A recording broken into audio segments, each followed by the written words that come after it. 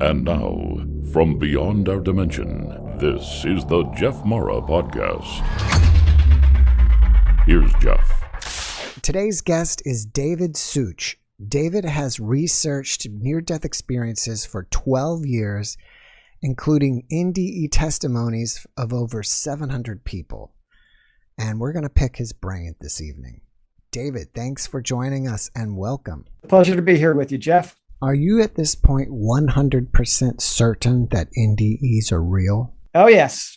I was quite shocked when I started my research that my aunt, who had never told anybody about her experience, said, yeah, when I was giving birth to your cousin, I died and I was in heaven. And she told me about her experience. It was kind of funny. She said she got there and she was walking by and there was a plant. It looked like a common house plant. And the house plant spoke to her in her mind, hi. And she says, you can talk. And the plant says, well, of course I can. Mm-hmm.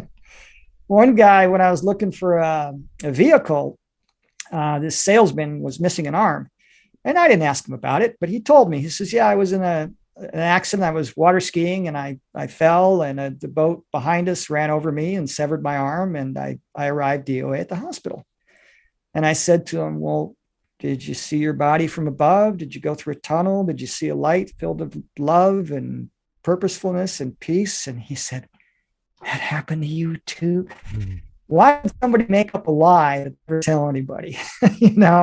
Yet I am absolutely sure without a doubt, these experiences are real. They're more real than this life and they change lives. Even hearing about them changes lives. My whole life changed. Mm-hmm. Political views, social views, religious views, the way I treat other people. It all changed because of what these guys say. Oh yeah, it's real. What are some of the biggest changes that happened to you in your life? Well, I was a real arrogant, judgmental SOB. That's the best way I can put it. I became a much more calm and gentle person. I became a lot more accepting of other people's beliefs. I gave up on my religion, but I still honor and respect people. I still have quite a few Christian friends, and I do my best to honor and respect them. Love doesn't challenge another person's belief. It encourages them to explore how they want to believe and what they want to believe. Probably the biggest change has been joy. I was not a happy person. I was in a corporate job, making a nice six-figure salary, living really comfortably, taking trips to Europe and scuba diving all over the world and having adventures. And I just wasn't happy inside. And now I live in a little farm house out in the country with my wife, and I'm on a budget. I got out of the corporate world. It's easier having a budget than a boss. Mm. And I am just much happier. My family and I never got along. We were always butting heads. Me and my father always butted heads. And he's an agnostic. I mean, he doesn't believe in any of the stuff that I do. But the near-death experiences really taught me how to just do a lot better job at unconditionally loving others. That's probably the best way to explain it. My political views changed as well. I mean, I used to be a person who would say things. I remember saying, when they talked about terrorism, well, we should just nuke the place and let God sort them out. And it's like, I can't believe I would say that. Today, I'm a pacifist. There's plenty of ways to solve problems peacefully. And I was even a real chauvinist, male chauvinist. I really talked bad about women and made fun of women. And I realize we have a lack of balance in our society. Men have kind of had the upper hand and control for a long time. And there's talk about toxic masculinity. Well, there's no such thing. There's out of balance. So we've got too much male energy. If there was a good balance, we wouldn't have had all the wars. Women would not send their sons and daughters to die on the battlefield. So it changed things. It made me very open-minded. I am far less skeptical when I hear something that's difficult to believe. I'm far more open-minded now that I've seen the evidence of what seemed unbelievable before. Mm-hmm.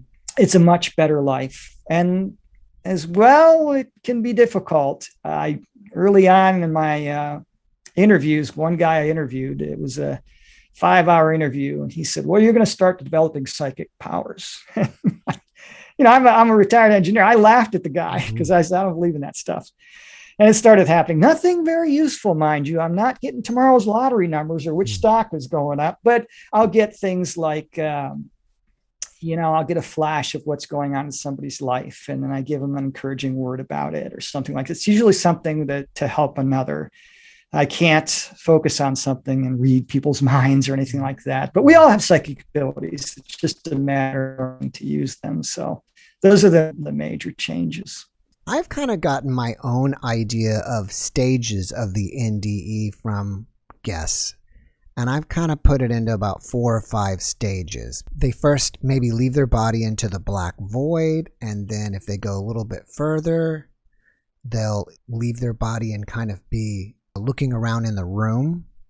And then maybe level 3 would be they'll actually go through a tunnel and go somewhere.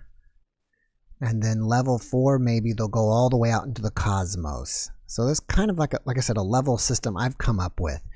What do you have? Well, I've never divided it up into levels, but you kind of hit the nail on the head. There's the experience is very greatly depending on the length. And to use that term length is odd because they all say one thing. There's no time on the other side of the veil. So they can be dead a minute or two and have an experience that's more extensive. One man said it was more extensive than his college degree. But the most common one that I hear is a person is at the scene of an accident or has a heart attack or a surgery in the hospital that's gone wrong. They come out of their body. They see themselves from above. They see the surgeons or the people trying to help them at the scene of an accident. They can hear the thoughts and feel the emotions of the people there. And then they go back into their body. Some hear or feel something getting their attention from behind or off to one side, and they see a pinpoint of light. They're drawn to it like a magnet. Some during that stage are told it's not your time and they're told to go back. Others come into the light and they describe it as being 10,000 times brighter than the sun, not at all harmful to the eyes like it would be here. They describe a warmth that's not a temperature warmth, but a feeling of just being wrapped up or almost hugged in love. They describe a love that's so strong, even the word love is indescribable. One man said, imagine the 100 happiest moments of your life. Put them all into one moment, you still don't come close to what it feels like to be there. Another man said, imagine the strongest love you've ever felt in your entire life and multiply it by about 500, and that's about how it feels. Even battle-hardened soldiers, with muscles and tattoos, these tough guys, when they talk about being in this light, they cry.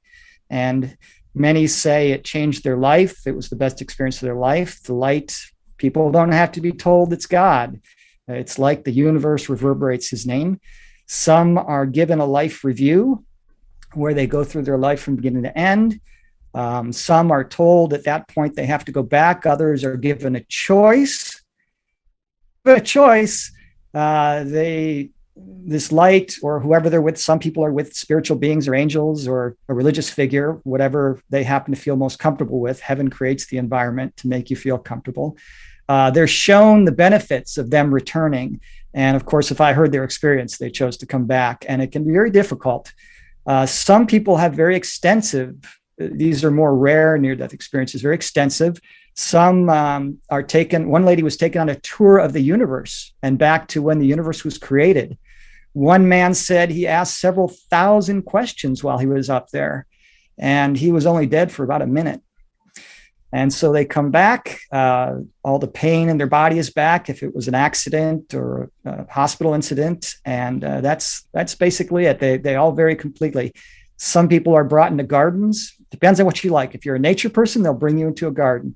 If you feel comfortable with your grandma and she's like the most wonderful person in the world, grandma's going to be there to meet you. So even people have met their pets. So they create an environment where you feel comfortable. What, in your opinion, is the black void? I don't know what the black void is. The people who are just in the black void, those are fairly common. They describe a peace and a sort of feeling of comfort, weightlessness. And I believe the black void is just sort of an environment. If I had to guess, I've never heard it described by a near-death experiencer. They haven't speculated on what it is. They just describe it. But I believe it's an environment where you can create using consciousness. So there's some near-death experiences, for instance, when they're first in the black void, they get scared because they don't know what's going on. And if they follow that fear, it can become a very hellish experience. And there's even been cases where they finally said, okay, well, I'm dead. There's nothing I can do about it. And they relax. And as soon as they relax and let go of the fear, it becomes a peaceful and positive experience. So I suspect it's an environment where consciousness creates what it wants to create. Okay. It's kind of like a staging area or something. It's like before you leave and go somewhere. I've heard of going through the tunnel as being described as that's what it's like when you're leaving your body. What do you think about that? From what I've heard, I would speculate that it's different. I've heard the process described, especially when somebody's dying slowly. They describe their spirit coming out of their body through their forehead or chest area. It can start with a bone-chilling cold from the feet that comes up. And they're very aware when their spirit comes out and they're looking at their body from above. And then they turn and see the tunnel. I think it's more of a traveling area. I mean, it could be part of the whole process. I don't know. I mean, it's an ineffable experience. So it's hard to put into human words, but that could be part of the process. I really don't know. How do you know that experiences are real and not hallucinations or the trick of a dying brain? Well, that's an interesting question. It's one that a lot of people ask, and they like to look for reasons why it can't be true, because a lot of people are invested in a particular religion. And these experiences that these people have, they talk about things that can't be matched with any religion. So people are always looking for reasons to dismiss them. And they say things like it's a trick of the dying brain. When you die, the brain releases all its serotonin and dopamine. That's why you have the feel-good feelings. Some people say that the light is actually, as the vision and the brain is dying, the cones start to die and you focus into a certain spot. That doesn't match what these people say and what happens to them. So, for instance, one woman, Pam Reynolds, she had a brain aneurysm, and what they did during her surgery is they drained all the blood from her body. They cooled the body down to a very low temperature, stopped the heart, drain all the blood. There's no brain activity. There's no heartbeat. She was dead for an hour during the surgery. Well, she was above her body at first. When she came back, she was able to describe exactly what the surgeon said. She described all the instruments used.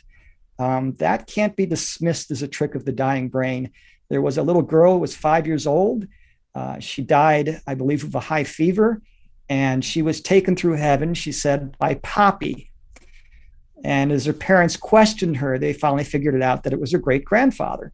So they showed her pictures of her great-grandfather, and she says, no, that's not Poppy. And they couldn't figure out what was going on. Well, a few months later, when they went to visit a relative, there was a picture of her great-grandfather on the wall when the great-grandfather was young. And she got all excited. That's Poppy, because you're young in heaven, at least in the level where you have a body, you're young. So she didn't recognize her dad or her great-grandfather as being old. There are, out of the 700 testimonies, there were 2 people who were blind since birth. They described seeing colors for the first time. Now, this gets kind of interesting because they couldn't describe what colors they saw. Yeah. Because they don't know, which word goes with which color. Right. But they could describe the various shades and all the colors around. So there's a lot of things that happen like that. One woman, for instance, she had a near-death experience in a hospital, and when she was coming out of her body, going up towards heaven, she saw the hospital. There's a shoe on this ledge. Now, she told the hospital employee about what she saw, and this guy, doesn't believe her. And so he has to find the maintenance guy to unlock the door of the hospital roof to go up there, and he finds the shoe just where the lady described it. And probably the biggest evidence that it's not a trick of the dying brain is the after effects. Hallucinations or a dying brain generally doesn't change a person's life. They come back less materialistic, more altruistic. They have career changes. One man who was a policeman became a teacher. Another man who was involved in organized crime became a counselor for delinquent youths. A man who was a billionaire gave up all his ties to the finance industry to become a qualified family counselor. It changes their lives. They come back completely different people, and hallucinations don't do that. Mm-hmm. Are you a religious person? And if so, do you see, these experiences as religious experiences, or what is your viewpoint on that? Well, I was religious. I was raised Catholic, and then later I became what would one say a born-again Christian. And so I was very invested in that religion. And when I started investigating these experiences, it was very traumatic for me because they were saying things that didn't match with what I heard in my religion. So no, I don't subscribe to a particular religion anymore. The way the afterlife, the way God in heaven views religion is very interesting. The best analogy I can think of is if you think of God being a tree with a massive, loving trunk and roots that spread out into the ground to connect all of humanity, there are many different branches in that tree. And some may branch out as Hinduism, Buddhism, Christianity, Islam, Judaism. You can branch out in any way you want and still be part of the trunk. Heaven is not invested in the dynamics of religious structure as we here are on earth. They understand that some people need structure to connect to God, but they don't care how you come to find God. They're just happy that you did. And some people even asked when they were up in heaven, what's the correct religion, expecting to hear something like Catholicism or Judaism or something like that. And the answer is always the same. They say the best religion is the one that brings you closest to God. And they're okay even if you're an agnostic or an atheist. I mean, heaven has no judgments about our judgments. The analogy I like to use is that imagine if you were married and you were in a bitter divorce and your spouse gains custody of the children. And out of bitterness, she takes them far away, hides them from you, and you're out of contact for many, many years. And you search for them in desperation and you can't find them. And you just want to see your kids so badly. And one day the phone rings and they say, "Hey, it's us. We've been looking for you. We're in your neighborhood. We want to come and see you. Can we come?" And you're excited. And yeah, I want to see you. And so you go outside and you wait. And 10 minutes later, there's a car coming down the street. It's them.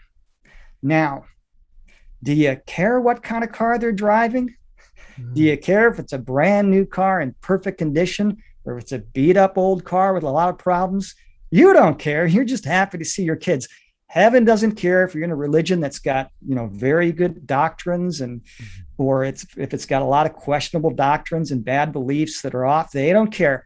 God is just happy that you found him. He welcomes you home with open arms, no matter what tool you use to find him. And I like to say that religion is like Captain Cook's brew. Back in the 1700s, when ships embarked on long voyages, half the crew or more would die from scurvy, which is a disease resulting from a long-term lack of vitamin C in the diet. So, they would eat salt beef and things like that. They wouldn't get fresh fruits and vegetables, so they would die of lack of vitamin C. They didn't know what caused scurvy, but Captain Cook came up with a brew, and it had sauerkraut and malt and vinegar and all sorts of weird stuff in it. But one of the ingredients was lemon syrup, which is loaded with vitamin C. So if you drank Captain Cook's brew, you didn't get scurvy. But there was only one active ingredient, and that was the lemon syrup, the vitamin C. And the active ingredient in any religion is love. And so many of the world's religions talk about the same things: brotherly love, charity, forgiveness, acceptance, good behavior, community, cooperation. There's much more in common with all the world's religions. And there's so much that points to a monotheistic God. Over 80% of the world believes in a monotheistic God in the afterlife. So I see religions as just different branches of different cultures honoring God in their own way. What do you think the point is of life on Earth? Wow, that's a tough one. So that's a lengthy explanation. A very good question. Life on Earth. So this is a hard one to swallow. But physical life, what we're doing now, we are the engine of growth of God. So, how can I put this into words? Imagine you're an immortal human. You've been here forever. You've done everything there is to do. You know everything there is to know. You're not going to grow. But you can do anything you want. You're powerful. You can create any scenario you want. So one way to learn and to grow would be to forget that you're immortal and pretend that you're mortal. And it's a learning experience. So contrast is one of the things. If you go for 3 days without eating and you eat food, you're going to appreciate it a lot more now that you went without. And that's one way that consciousness grows. So physical life is sort of the engine of growth of God. I used to live next to Disneyland, and every relative that came out, they all wanted to go to Disneyland. And I'd been there a gazillion times, and it's boring for me. But the kids that went there for the first time, they had a great time. What if I could pretend not to be an adult? What if I could pretend that I was a child and I had never been to Disneyland? I forget. And I spend the whole day just having the time of my life. And when it's over with, I'm an adult again. I have my memories of all my trips to Disneyland, but I have the memory of this awesome experience. So when you're down here, you experience all these emotions. You know, you experience fear. And when you experience fear, which is separation from love, you can grow love so much more. Dipping into darkness, behaving badly, is like a bow and arrow. And you take this bow and arrow and you pull back on the bowstring, pointing the arrow upwards. The further you dip in the darkness, when you let go of that arrow, it goes up. So the more you experience what you don't want, the more you can grow what you do.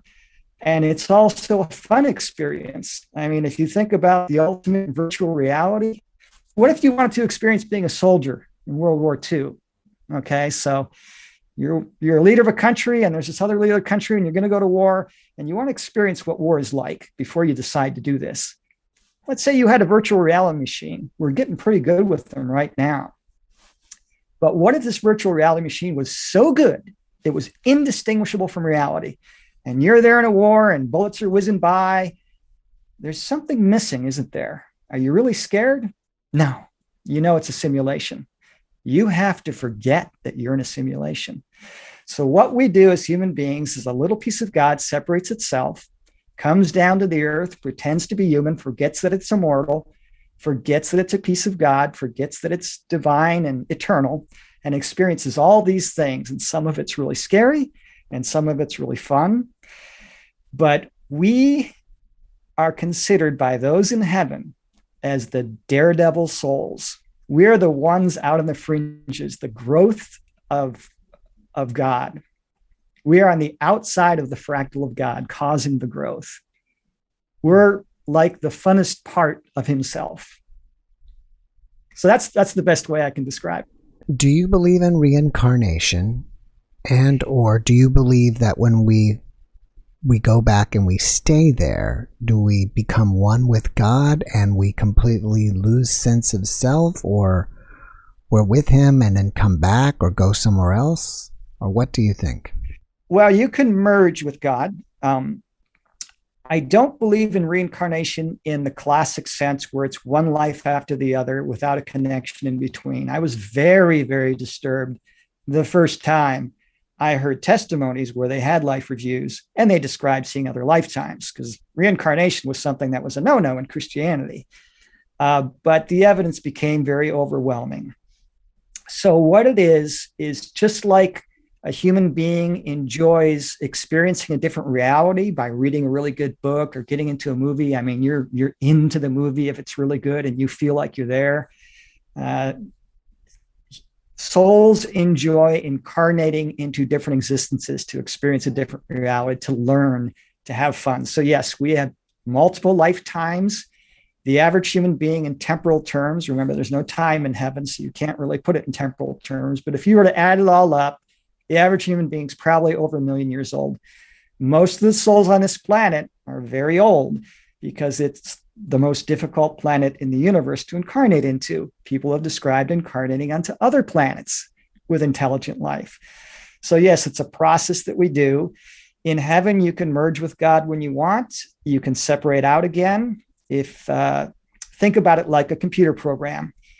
When you type a paper in Word or on your computer and you save it, it's in the computer, but you can bring it out anytime you want. And there it is. Same with a movie. You save a movie on your computer. It's just ones and zeros. It's not separate from the computer, but you bring it out and all of a sudden it's there again, separate. So people have described merging with God. People have described this game of sort of beginning the merge. And when they get so much ecstasy and bliss, they can barely take it, they back off again and they play this little game of merging and backing off. I've heard quite a few near-death experiences where they did this for some time. So multiple lives, yes. Reincarnation in the classical sense, it's more like deciding to have an experience in physical incarnation. And you don't have to. You never have to come back down here. You can learn all you want in the afterlife, but this is like the fast course, the fast learning, the boost of consciousness that really pushes things forward fast. It's tough, but it's good for you. It's like, Green Berets or Navy SEALs, tough training, but you learn a lot in a short time. Mm-hmm. Some people are even told you don't have to go back there. Right. They're told by God, you don't have to go back there. If it's too tough, don't do it. It's up to the individual soul. What is your opinion on consciousness? Do you believe that our consciousness is separate from the body, like some people may call dualism? Or do you believe that for our consciousness to be in this realm, it manifests a body? The body is separate. So you can have a body without a consciousness. So the way I understand it is when human beings develop to a certain point, the consciousness, a soul can inhabit it as a consciousness. It's like a person getting in a car. So if you look at cars from a plane and you look at them all down driving around, it looks like they're alive, but it's really the person getting in the car. The car is designed for the human being to drive it. It doesn't really function without the human being in it. You can still operate. It'll still start and it'll run, but to drive it, it needs a human. So a body will operate and run, but to drive it, it needs a soul. It needs a consciousness. So do you think that, I don't know if you want to call it heaven or the other dimension or the other realm, do you think that's our normal operating state and then this is the simulation? Because I'm sure that you've heard other people say that over there is more real than being here. Yes, that's another thing I hear over and over again from near-death experiencers. They say, I felt more alive and more real than I've ever felt in my life. People who have near-death experiences, sometimes others will say, were you like a ghost? And they say, no, I was the opposite of a ghost. I was more real than ever. When you're dreaming, you think your dream world is real. It is only when you wake up that you realize how unreal your dream world was. And if you can think about taking this to the next level higher of consciousness, dream state to a waking state, and go from a waking state to heaven. Yes, heaven is our true home. This is just a temporary adventure we're having to learn, to have fun, to make connections, to grow. It's just a drop in the bucket compared to our eternal selves. I would think you would agree with this, that all that love that we experience is our normal operating state. And being here is like the weird place. Absolutely. It is our normal state to be connected. Here we have the illusion of separateness, the illusion of being disconnected from source, the illusion of not feeling that overwhelming love. And that's part of the experience here. But it is an illusion. And it's a game we play. And I think we mentioned earlier, either at the beginning or even before this podcast, that, you feel like you've learned it all, but you still keep learning new stuff. So when I was a Christian, I thought I had all the answers. And when I started learning near-death experiences, what I learned is I'm like a 2-year-old child who spent half an hour learning how the space shuttle flies. And, I'm going to try and explain it to somebody else. And that me talking to you is about that level. Not even a fraction of a percent. And it's almost impossible from the physical plane to understand the heavenly realm. It's people come back and these near-death experiences, they get very frustrated, some of them, because they can't describe what they experienced. They can't even describe the love that they feel. I mean, one guy said, he got the part where he was in the presence of the being of light of God. And he said, but it's so frustrating. I wish I could tell you about it because it's the best thing that ever happened to me in my whole life. But I get to it. I can't explain it to you. I can't describe it to you. Mm. And so it's completely ineffable. Right. How do you explain to somebody in an interactive dream what the real world is like? How do you explain colors to a person who's been blind since birth? How do you explain a symphony to a person who's been deaf since birth? It's just impossible. You can't explain it. Right. Now, you were mentioning people going to other worlds. Have you had a lot of people that you've interviewed talking about seeing aliens during their experience? No, but a few have asked, some, as I mentioned before, asked several thousand questions. And one of the very common questions are we alone in the universe? And they kind of chuckle. No, the universe is full of life, and there are other dimensions with other universes that are also full of life. One man even says, well, what do they look like? And the way they teach you up there, they don't really talk via language. They show you. So it's a mind-to-mind communication, and they show you things. So what they did is they paraded images in front of him. And he said it was a very long procession of images. And when I asked him, how long? He says, well, there's no time up there, but in temporal terms, you'd have had to watch it for a couple of weeks. And he said at first they were humanoid, and then it got very different and even more different. And at some point, these creatures and these beings were so weird that he says, okay, that's enough. I don't want to see any more. And they said, but you haven't even seen 1% yet. So yeah, the universe is full of life. We're just one species of many. I have heard from the other side of the veil that there are communities. So in this galaxy, most of the life is humanoid. They pretty much look like us. I've had a couple guests tell me that they went to a water planet and the beings are water-based there. Oh, sure. I've heard descriptions of water-based planets. One guy described a being of intelligent flying beings. And he said the buildings had holes in the sides and on the top, but there's no place for a person walking to enter.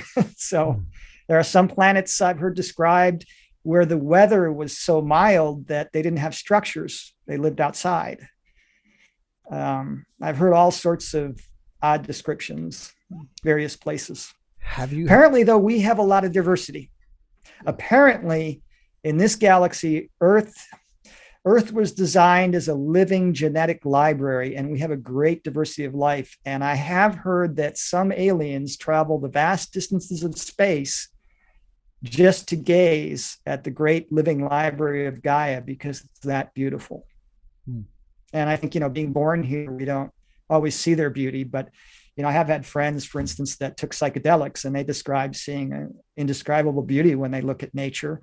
I think they're seeing the real thing. I think we're just used to it. What do you think about the state of the planet? Do you think that there's always been problems and pandemics and, all the stuff that goes on in the planet? Are we in a bad shape in the planet, or do you think it's always been in a bad shape and that's just the way it is? Well, again, we're getting the sketchy information, less than a dozen testimonies where they talk about this stuff. But I have heard about civilizations that we have no knowledge of because they're older than 50,000 years, where they had sort of a peaceful civilization. But for most of mankind's history, there's been conflict.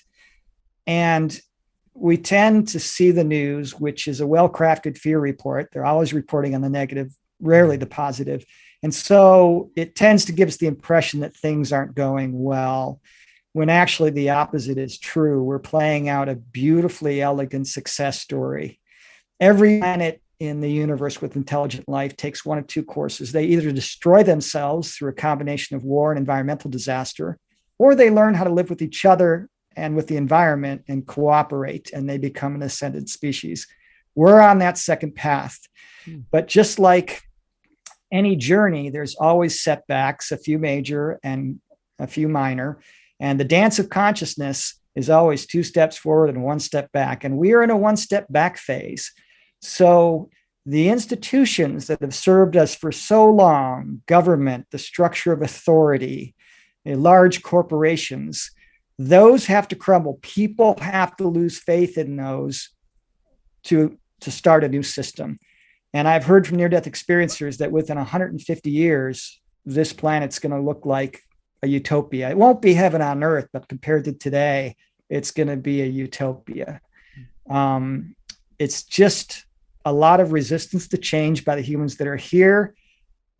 Many of the people in the older generation are awake spiritually and are part of the advance of consciousness, and others in power are going to have to die off. But when the younger generation comes in, they are going to be starting the process of peace on earth. So the analogy I like to use is, imagine you have a big mansion that's been in your family for hundreds and hundreds of years, and the wood is rotten, and the plumbing is leaking, and the electrical is faulty, and the place is falling apart, and you just can't patch it up anymore.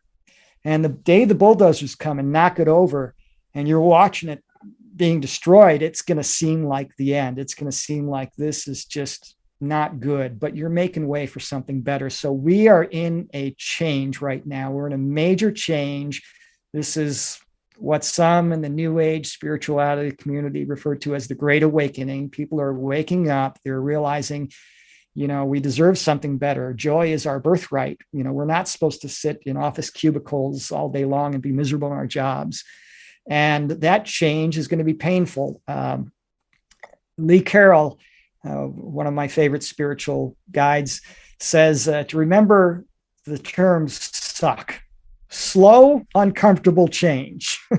So we're going through it right now, but we are a juggernaut headed towards a peaceful utopian planet. We have a bright future. We're just going to have a lot of bumps along the way. And all the things that are happening are part of that. Even a pandemic has its purpose. People slowed down. Their lives were too busy. Some people left the corporate world. Some were forced to face their relationships, bad relationships, and either work things out or separate. There's a lot of good that happens from everything. One of the things near-death experiences say over and over again is there's a purpose for everything.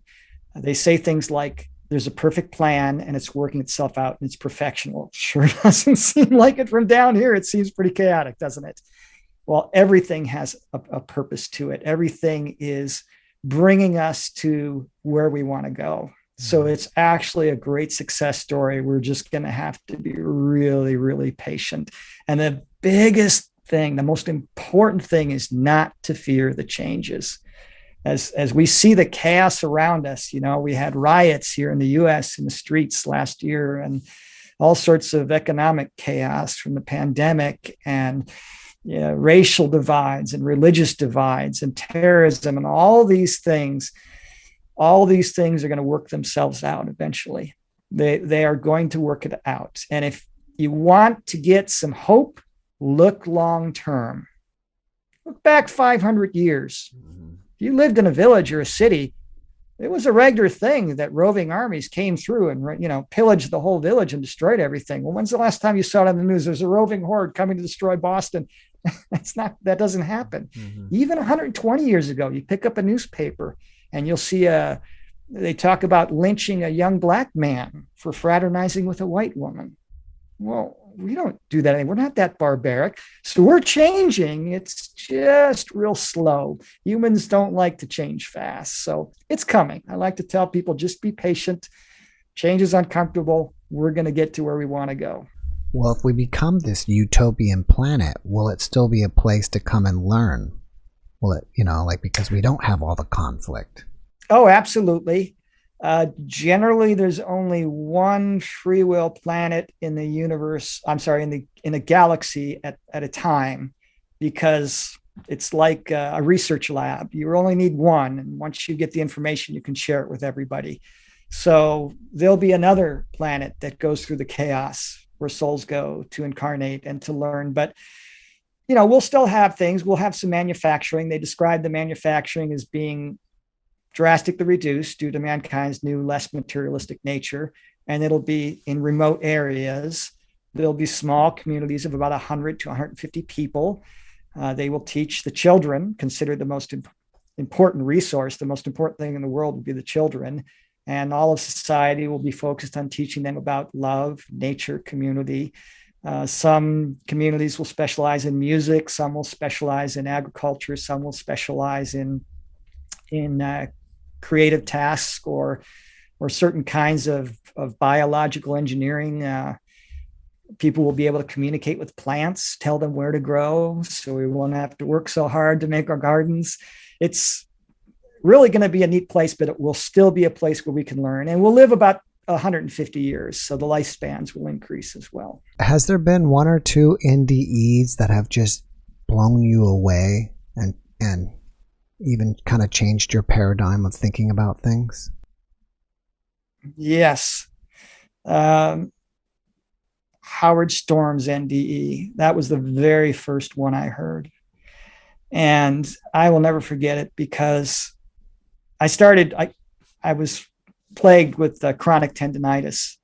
And I still have it today, but it's getting better. My body's slowly healing. But back then I was out of commission for 2 weeks. I couldn't work. I had it in my jaw. I had it in my arms, my feet. I couldn't stand on my feet for too long. I couldn't walk for too long. And I was devastated. And I had dozens of churches pray for me and hundreds of people pray for me. And I was lying in bed one day. And this is real hard to talk about because I remember the emotion of it. And I thought, well, it's one of two things.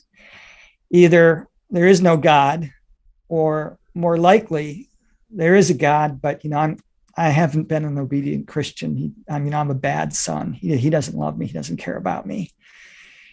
And I was, going back and forth from my chair to the bed, because if I lie down too long, my back would hurt. If I sat too long, my hips hurt.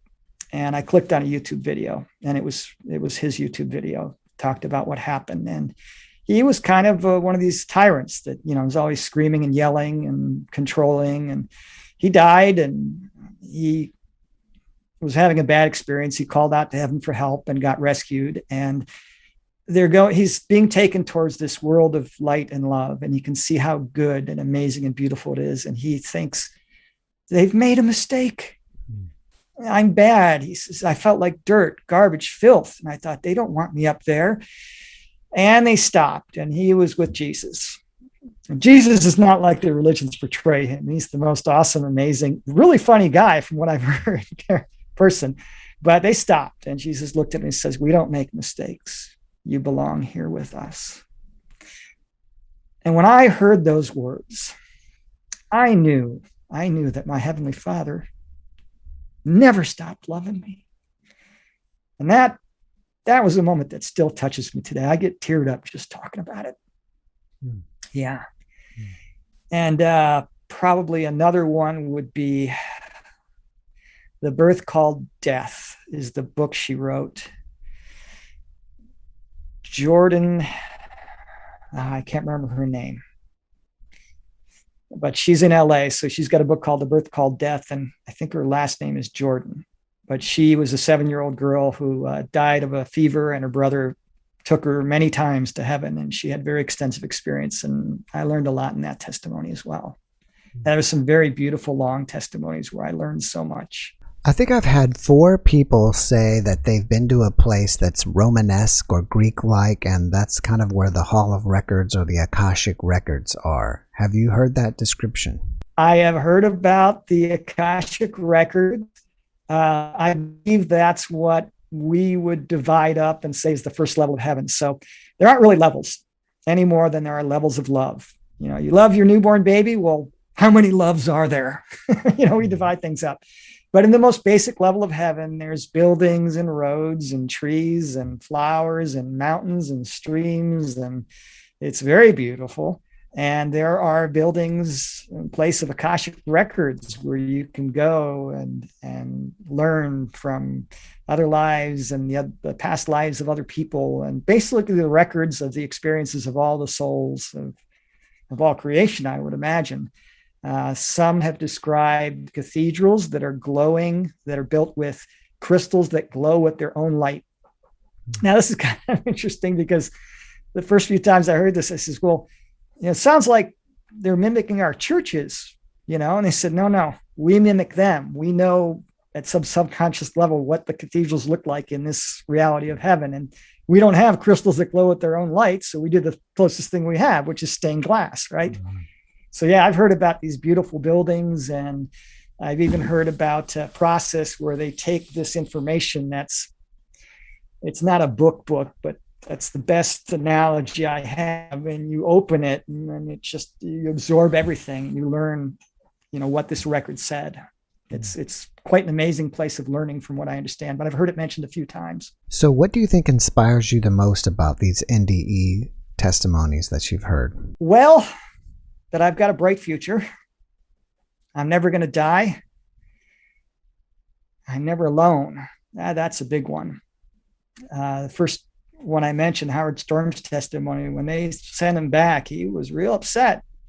I mean, what they showed him about heaven, it's the most wonderful, fun, exciting, amazing place. And he wanted to go there. And they said, it's not your time. It's not, you're ready. You're not ready yet. You have to go back to earth and live the way God wanted you. You've got to, love your neighbor and love yourself and learn these lessons you're supposed to learn. And he says, you can't send me back, because after being here and feeling your love, and you're going to send me back and I'll be down there and you'll be up here. And they said, do you not understand? We've been answering all these questions. We've explained all this stuff to you.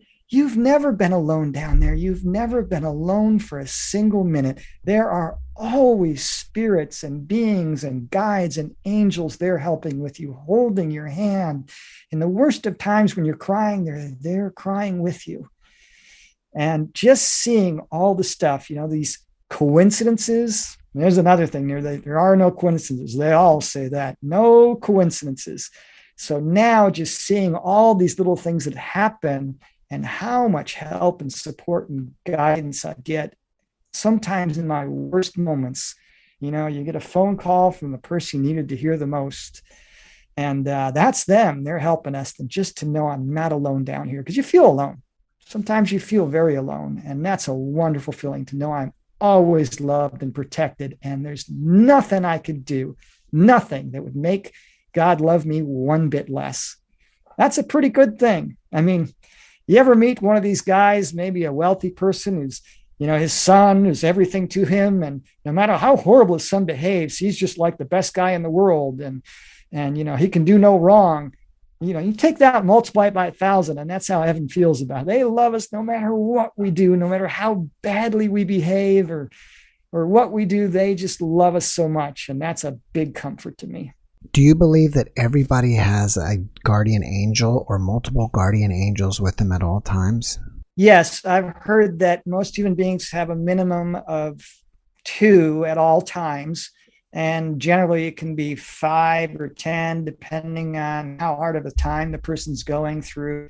When people near death, sometimes they can have 20 around them. And if you want to find out about this, you talk to a hospice nurse and you say, have any of your patients talked about seeing, people around their bed before they die? And they'll fill your ears with some stories. Mm-hmm. My ex-wife is a hospice nurse, and I've heard some stories from her. It seems like the consensus is that if you find yourself going to hell during your NDE, if you call out to Jesus or God, you'll get out.